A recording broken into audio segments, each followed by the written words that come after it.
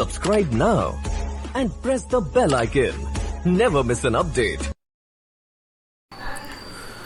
Hi students, in the video நாம CBSE class 9 mathematicsல chapter 14 அதுல வந்து பாத்தீங்கன்னா exercise 14.2ல fourth problem பார்க்க போறோம். The height of 50 students measured to the nearest centimeters have been found to be as follows. So ஒரு 50 students உடைய height வந்து பாத்தீங்கன்னா அங்க மெஷர் பண்ணி கொடுத்திருக்காங்க.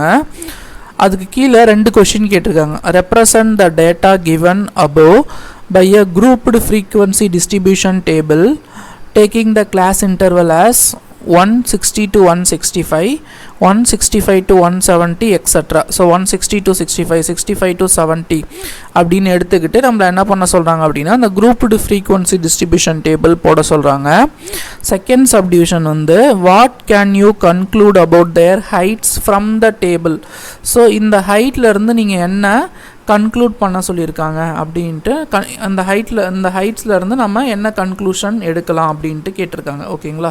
ஸோ இதில் நம்ம தெரிஞ்சிக்க வேண்டியது என்ன அப்படின்னா அவங்க வந்து எதிலேருந்து ஸ்டார்ட் பண்ண சொல்லியிருக்காங்கன்னா 160 to 65லேருந்து எடுக்க சொல்லியிருக்காங்க. ஆனால் இங்கே வேல்யூஸ் எல்லாமே வந்து பார்த்திங்கன்னா ரைட் ஃப்ரம் 150லேருந்தே அந்த வேல்யூஸ்லாம் இருக்குது. ஓகேங்களா? ஸோ இங்கெல்லாம் வந்து பார்த்திங்கன்னா 150லேருந்தே வந்து பார்த்திங்கன்னா வேல்யூஸ் வந்து ஸ்டார்ட் ஆகுது. அப்போ நம்ம வந்து பார்த்திங்கன்னா 150லேருந்து தான் நம்ம ஸ்டார்ட் பண்ணணும். ஓகேங்களா?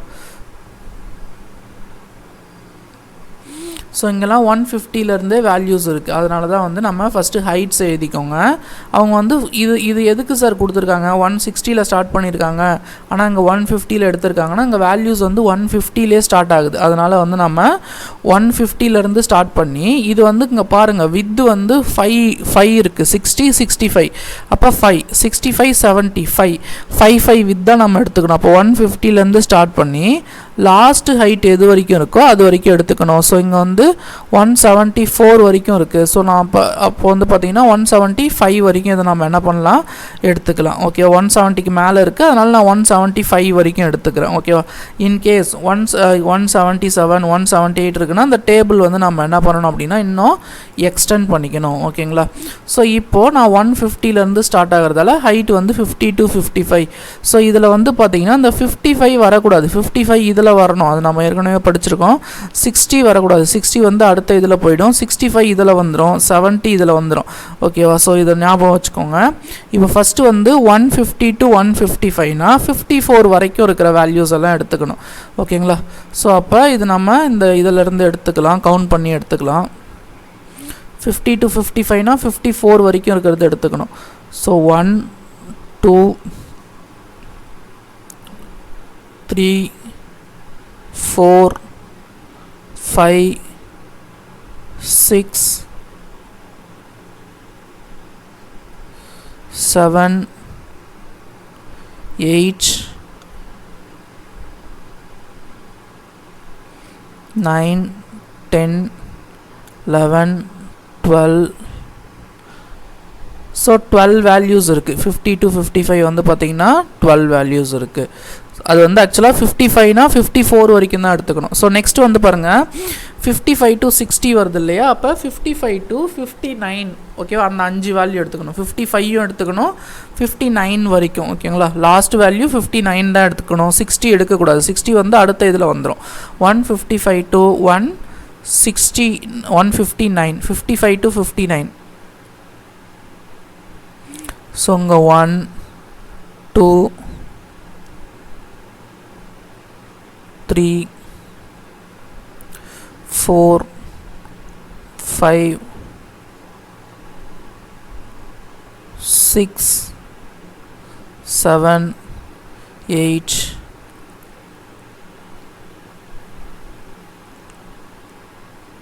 9 அவ்வளோதான். ஸோ டோட்டலாக வந்து பார்த்தீங்கன்னா 9 வேல்யூஸ் இருக்குது. ஸோ 155 to 159 வரைக்கும் பார்த்தீங்கன்னா 9 வேல்யூஸ் இருக்குது. 60 வந்து அடுத்த இதில் வந்துடும். இப்போ தேர்டு வந்து பார்த்தீங்கன்னா 60 to 65 எடுக்கணும். 60 to 65 ஆனால் வந்து பார்த்தீங்கன்னா 64 வரைக்கும் தான் எடுக்கணும். 65 வந்து அடுத்த கிளாஸில் வந்துடும். இந்த 65ன்றது எக்ஸ்க்ளூடட். ஓகேங்களா? ஸோ 60 to 65 என்னென்ன இருக்குது அப்படின்ட்டு பாருங்கள். 60 to 64 வரைக்கும் தான். ஸோ இங்கே வந்து பாருங்கள் 1 2 3 4 5 6 65 வராது 6 7 8 9 10 65 வராது 10 11 12 13 14. ஸோ டோட்டலாக வந்து பார்த்திங்கன்னா 14 வேல்யூஸ் இருக்குது. அப்போ நம்மங்க 14 போட்டுக்கலாம். ஓகேவா. அடுத்தது 65 to 70. அப்போ 65லேருந்து 69 வரைக்கும் எடுத்துக்கணும். ஓகேங்களா. So 65 to 70. அப்போ 65 to 69 வரைக்கும் நம்ம மார்க் பண்ணிக்கலாம். ஸோ அந்த ஃபஸ்ட்டு ரோ முடிஞ்சிடுச்சு. செகண்ட் ரோவும் எல்லா வேல்யூவும் மார்க் பண்ணியாச்சு. 65 to 69. அப்போ 1 2 3 70 வந்து இந்த இன்டர்வலில் வராது. 3 4 5 6 7 8 9 10. ஸோ டோட்டலாக வந்து பார்த்திங்கன்னா 10 வேல்யூஸ் இருக்குது. அப்போ 65 to 69 வந்து பார்த்திங்கன்னா 10 வேல்யூ, 70 இதில் எக்ஸ்க்ளூடட். அடுத்தது 70 to 75.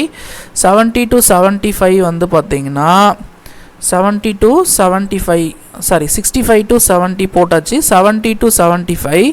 இப்போ இதில் 74 வரைக்கும் எடுத்துக்கணும். ஓகேங்களா. 74 வரைக்கும்.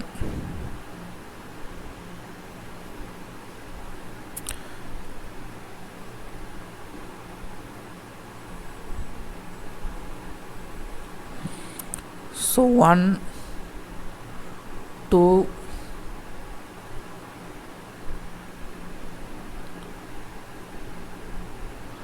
3 4 இங்கே ஒரு வேல்யூ இருக்குது 5. ஸோ டோட்டலாக வந்து பார்த்தீங்கன்னா 5 வேல்யூஸ் இருக்குது. ஸோ இதெல்லாம் ஆட் பண்ணுங்கள். 5 + 4 9, 9 + 9 18, 18 + 2 வந்து 20, கேரி 2, 2 + 1 3 4 5.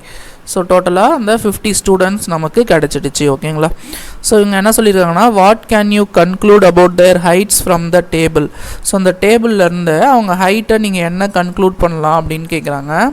ஸோ என்ன கன்க்ளூட் பண்ணலாம், இங்கே வந்து பாருங்கள் 12. ஸோ இந்த பாதி பேருக்கு மேலே வந்து பார்த்திங்கன்னா, அதாவது 12 + 9 வந்து 21, 31 + 4 வந்து 35 ஸ்டூடெண்ட்ஸ். 35 ஸ்டூடெண்ட்ஸ்ன்றது 50ல் பாதிக்கு மேலே இல்லையா. அப்போ 35 ஸ்டூடெண்ட்ஸ் வந்து மேக்ஸிமம் எவ்வளோ ஹைட் வரைக்கும் இருக்காங்க அப்படின்னா 165 வரைக்கும் தான் இருக்காங்க. அதாவது max more then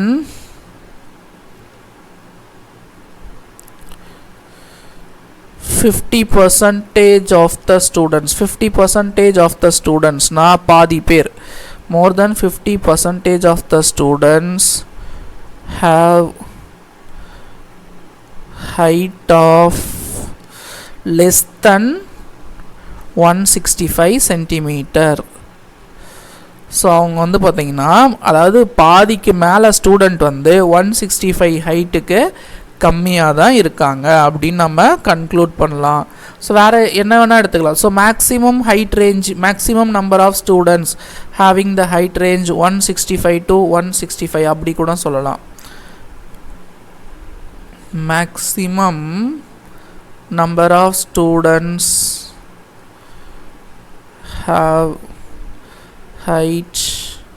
having height 160 to 165 centimeter. So இதுதான் வந்து maximum number of students. Minimum number 170 to 175. அந்த மாதிரி நம்ம என்ன வேணால் எழுதலாம். ஓகேங்களா. ஸோ இதுதான் வந்து பார்த்திங்கன்னா இந்த 4th ப்ராப்ளமுடைய ஆன்சர். ஓகேங்களா. நெக்ஸ்ட் வந்து பார்த்திங்கன்னா 5th கொஷின் பாருங்கள்.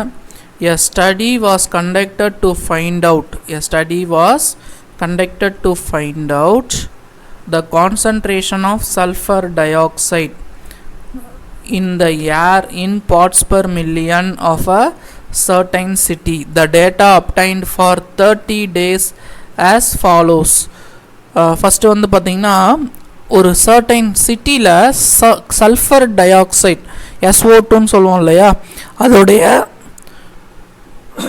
அளவு ஓகேவா சல்ஃபர் டை ஆக்சைடோடைய அளவு வந்து எந்த யூனிட்லனா ppm பார்ட்ஸ் பர் மில்லியன் ஒரு மில்லியன் பார்ட்ஸில் எத்தனை வந்து சல்ஃபர் டை ஆக்சைடு பார்ட்ஸ் இருக்குது அப்படின்ட்டு மெஷர் பண்ணி என்ன பண்ணியிருக்காங்க அப்படின்னா இங்கே எழுதியிருக்காங்க ஓகேவா எத்தனை டேஸ்க்கு 30 டேஸ்க்கு அவங்க என்ன கேட்குறாங்க ஃபஸ்ட்டு சப்டிவிஷன் பாருங்கள் make a grouped frequency distribution table for this data with class intervals as 0.00 to 0.04 0.04 to 0.08 அதாவது 0.0404 இன்டர்வல் எடுத்துக்கிட்டு நம்மளை என்ன பண்ண சொல்கிறாங்க டேபிள் போட சொல்கிறாங்க ஃப்ரீக்வன்சி டிஸ்ட்ரிபியூஷன் டேபிள் ஓகேங்களா ஸோ நம்ம 0.0404 எடுத்துக்கிட்டு நம்ம என்ன பண்ணலாம் அப்படின்னா இங்கே ஃப்ரீக்வன்சி டிஸ்ட்ரிபியூஷன் டேபிள் ட்ரா பண்ணிக்கலாம் ஸோ இது வந்து அப் டு மேக்ஸிமம் வந்து பார்த்திங்கன்னா இங்கே 20 வரைக்கும் இருக்குது 0.20 வரைக்கும் இருக்குது அப்போ நம்ம 20 to 24 வரைக்கும் போடணும் ஏன்னா 0.20ன்றது நம்ம இங்கே தான் இன்க்ளூட் பண்ணணும் ஓகேங்களா இங்கே 0.00 to 0.04னா 0.04 வந்து எக்ஸ்க்ளூசிவ் அது வராதுன்னு நமக்கு தெரியும் 0.04 to 0.08னா இந்த 0.08 இதில் சேர்க்கக்கூடாது இதில் சேர்க்கணும் 0.12 இதில் சேர்க்கக்கூடாது இதில் சேர்க்கணும் அதே மாதிரி 0.16 இதில் சேர்க்கணும் ஸோ இது எல்லாமே நம்ம டீட்டெயிலாக படிச்சிருக்கோம் இப்போ நம்ம ஃப்ரீக்வன்சி இந்த மாதிரி எழுதிக்கோங்க ஸோ டேபிளில் first concentration of sulphur dioxide in parts per million அந்த மாதிரி போட்டுக்கலாம் ஃப்ரீக்வன்சி ஸோ எத்தனை டைம் அது அக்கர் ஆகிருக்கு ஸோ அவங்க கொடுத்த மாதிரி கிளாஸ் இன்டர்வல் இங்கே எழுதிக்கலாம் 0.00 to 04 இதில் 0.04 வராது ஓகேவா ஸோ இதில் எத்தனை டேஸ் வந்து பார்த்திங்கன்னா 0.00 to 04 வரைக்கும் இருக்குது அதாவது 04னா 3 வரைக்கும் தான் நம்ம மார்க் பண்ணணும் ஓகேங்களா ஸோ 1 2 3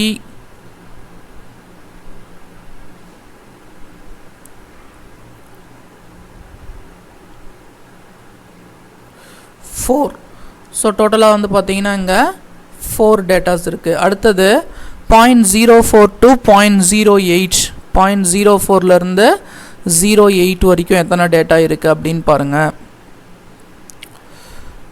0.8னா 0.7 வரைக்கும் தான் எடுக்கணும் ஸோ 1 2 3 4 5 6 7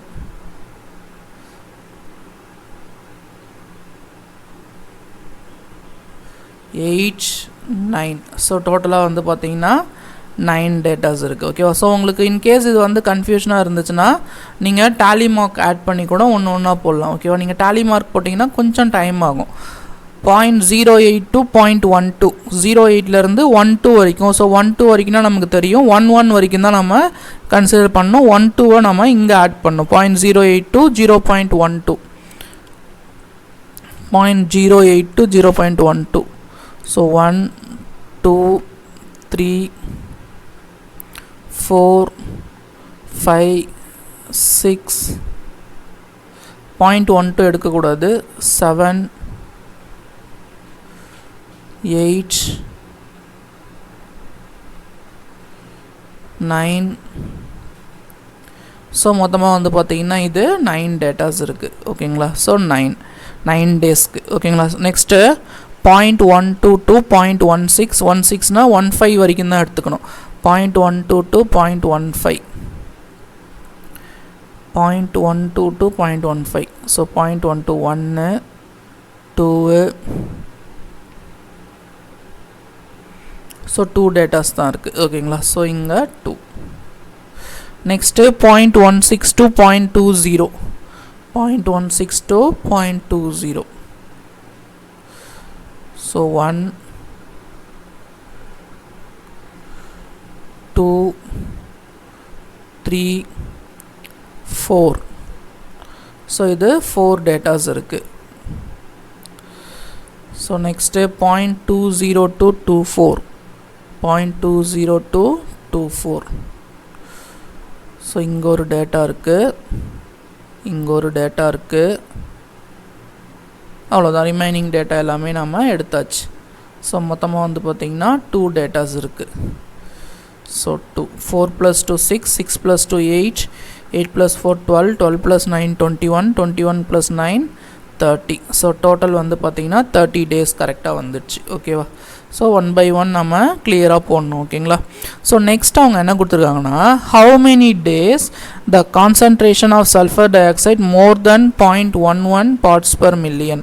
ஸோ எத்தனை நாளைக்கு வந்து பார்த்தீங்கன்னா இந்த கான்சன்ட்ரேஷன் 0.11 பார்ட்ஸ் பர் மில்லியன் ppmோட அதிகமாக இருந்திருக்கு அப்படின்னு கேட்குறாங்க. ஸோ அப்போ இதில் 0.11 எங்கே இருக்குது லாஸ்ட்டாக? இது வரைக்கும் தான் 0.11. இது வந்து 0.12 கிடையாது. நம்ம 11 வரைக்கும் தான் இதில் கன்சிடர் பண்ணுவோம். 12ன்றது எக்ஸ்க்ளூசிவ். ஸோ அப்போ 0.11 வரைக்கும் இந்த டேட்டாவில் எழுதியிருப்போம். 0.11க்கு மேலே இந்த 3 டேட்டாவுமே 0.11க்கு மேலே தான். 0.12 to 16, 16 to 20, 20 to 24. அப்போ நல்லா கவனிங்க.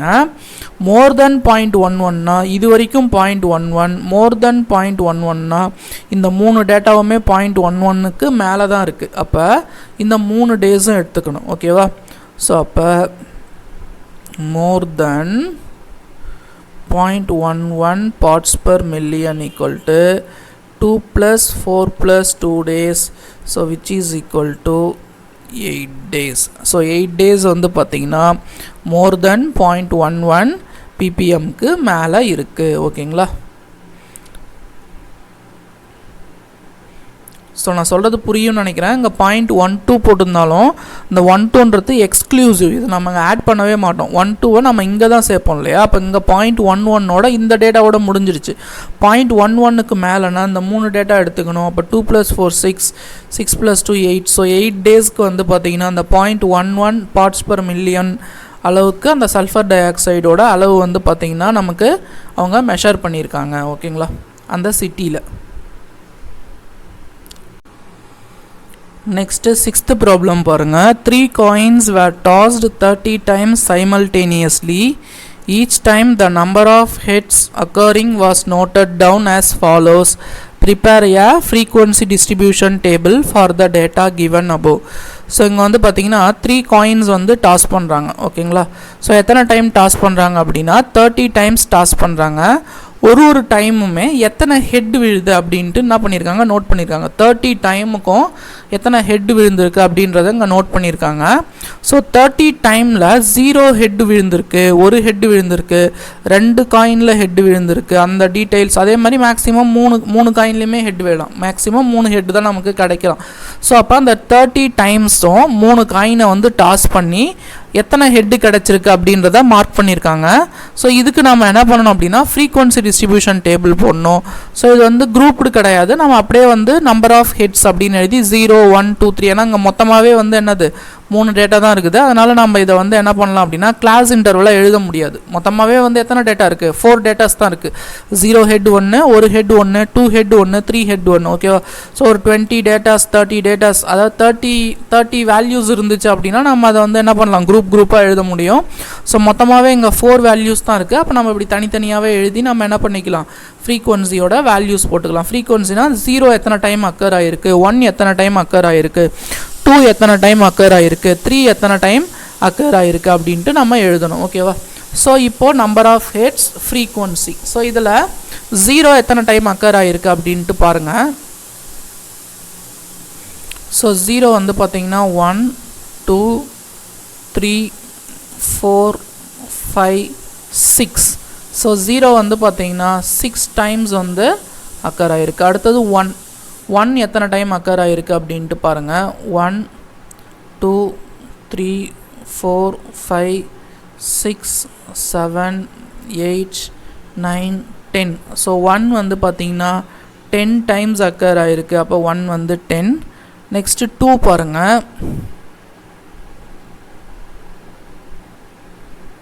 1 2 3 4 5 6 7 8 9.